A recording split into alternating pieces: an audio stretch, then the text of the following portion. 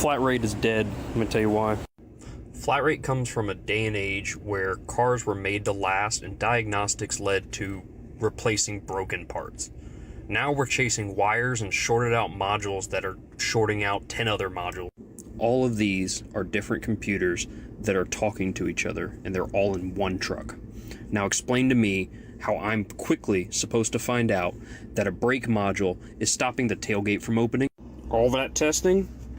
3/10 of an hour. Flat rate is a system that rewards speed, not complexity. Cars are built too complex nowadays to be worked on at speed. You got to take your time, get it right. There's a growing problem happening across the auto industry, and it's affecting far more than just mechanics. Dealerships say they can't find enough technicians, repair times are getting longer, and many experienced mechanics are walking away from the profession altogether. Today, we're reacting to mechanics and industry professionals explaining why this is happening, what's really going on behind the scenes, and what it could mean for anyone who owns a car. Let's get into it. Imagine you're behind the wheel of your vehicle and you hear an unusual grinding noise. Well, what happens next? Today, we're diving into how the technician shortage impacts your service experience in real-world scenarios. First, let's look at a 2024 GMC Sierra 6.6-liter Duramax. After the customer installed an aftermarket intake, the engine started making noise. The technician had to determine if that part caused the issue, leading to potential disputes and longer wait times. Now let's shift to a 2025 GMC Yukon. The customer complains of a grinding noise only in reverse. If the service advisor doesn't gather detailed info and the technician only follows that note, it can lead to incomplete diagnostics and repeat repairs without proper compensation. Both scenarios show how crucial thorough communication and skilled technicians are to ensure quality service. In the end, it's all about getting you back on the road with confidence and efficiency. But if leadership in the automotive industry doesn't increase along with the technician training and pay, then that will diminish. Well, let me know your thoughts in the comments. All right, so there's a nationwide shortage of technicians, automotive technicians, no matter what brand it is. People just don't want to do this anymore. And I'm going to show you right now why there's a nationwide shortage of automotive technicians, especially at the dealership level. Let me show you exactly why. So this right here is the labor time for removing an HVAC assembly, the heater box inside the vehicle. We have an evaporator leak and the AC doesn't work. And this is the labor time from, I believe, All Data. I don't know if this thing will ever focus. Right there, All Data pays 13.5 hours. See that? 13.5 hours labor to remove the HVAC assembly. Why don't this thing want to focus? And then this is the warranty labor time from Nissan. 4.8. They want me to do that HVAC assembly for 4.8 hours when All Data is saying that it takes like 3 times as much as the warranty time, 13.5. So many of you may not know how technicians get paid. We get paid by the job. If a job pays 2 hours, then we'll get 2 hours no matter how long it takes us to complete that job. Our hourly rate may be $40 an hour. We may get paid $40 an hour, $50 an hour, and we'll only get 2 hours worth of that time to do that job. If it takes us 3 hours, then we'll still get 2 hours for that. So this is the reason, this is exactly the reason why nobody wants to do this anymore. When we ask technicians about their preferred pay structure, traditional flat rate ranked the lowest at just 14% of technicians responding that was their favorite pay plan. Hi, I'm Jay Gannon with Wrenchway, and we discovered a lot of interesting insights in our 2026 Voice of Technician survey, and I want to make sure that technicians are being heard. What stood out wasn't that flat rate doesn't work, it's that technicians are really looking for that stability.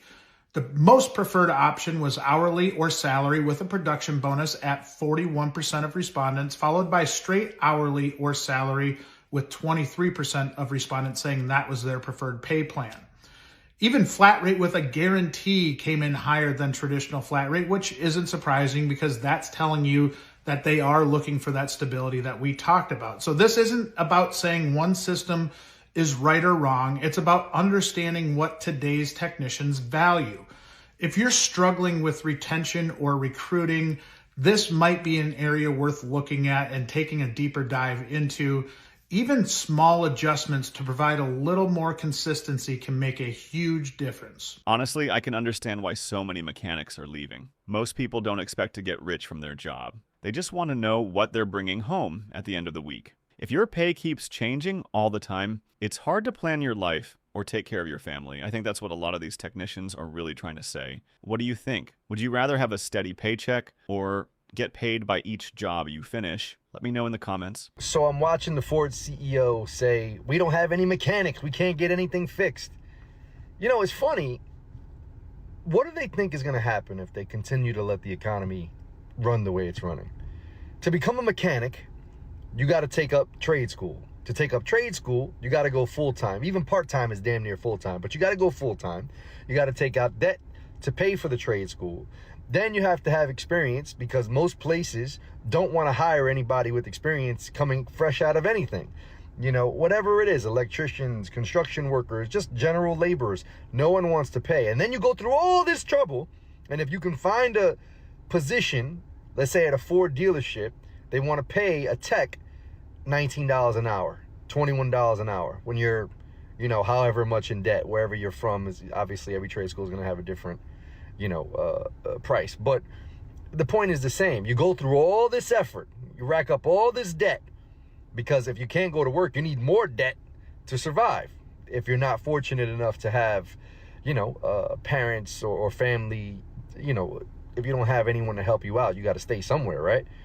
It's a fascinating thing. Mechanics don't want to work. And I know this because I see it everywhere. It doesn't matter what dealership you go to, there are no mechanics.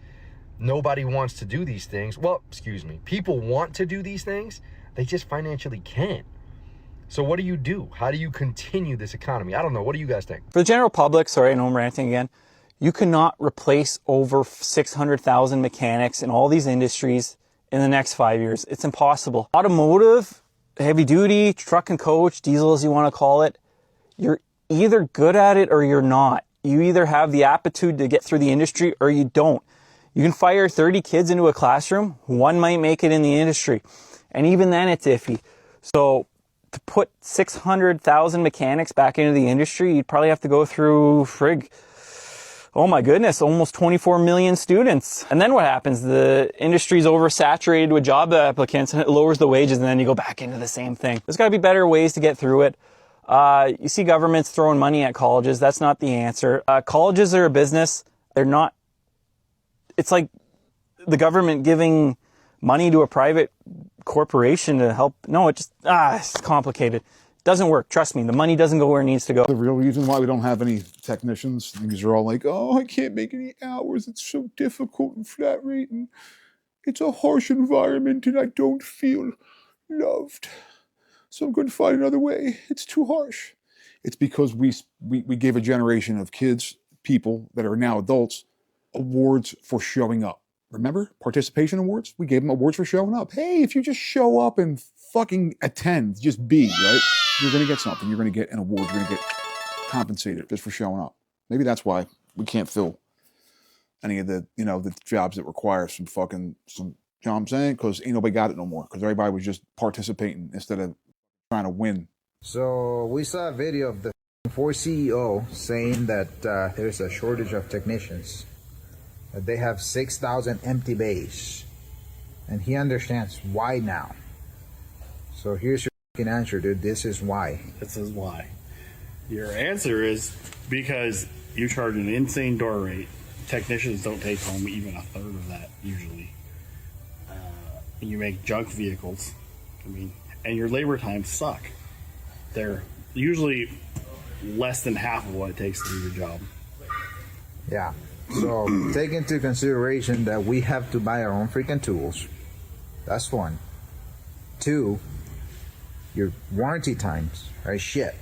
If an engine replacement pays 25 hours under customer pay, and then we go do it under warranty, it's freaking 10 hours. So you're screwing us up. You're supposedly helping out the customer at the cost of the technician's paycheck. So yes, that's the freaking reason why, not because your other stupid reasons that you mentioned. Right. That, and on top of overcomplicating simple things that you've had for years that have worked well, you constantly reinvent the wheel model to model, year to year, making repairs more lengthy and difficult for technicians. That's why everybody's leaving the industry. Pretty simple.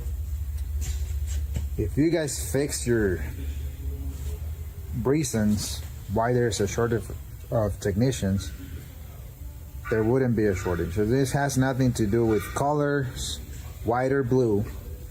If the pay was fair and everything else that comes with it was fair, then there wouldn't be a shortage on any freaking industry.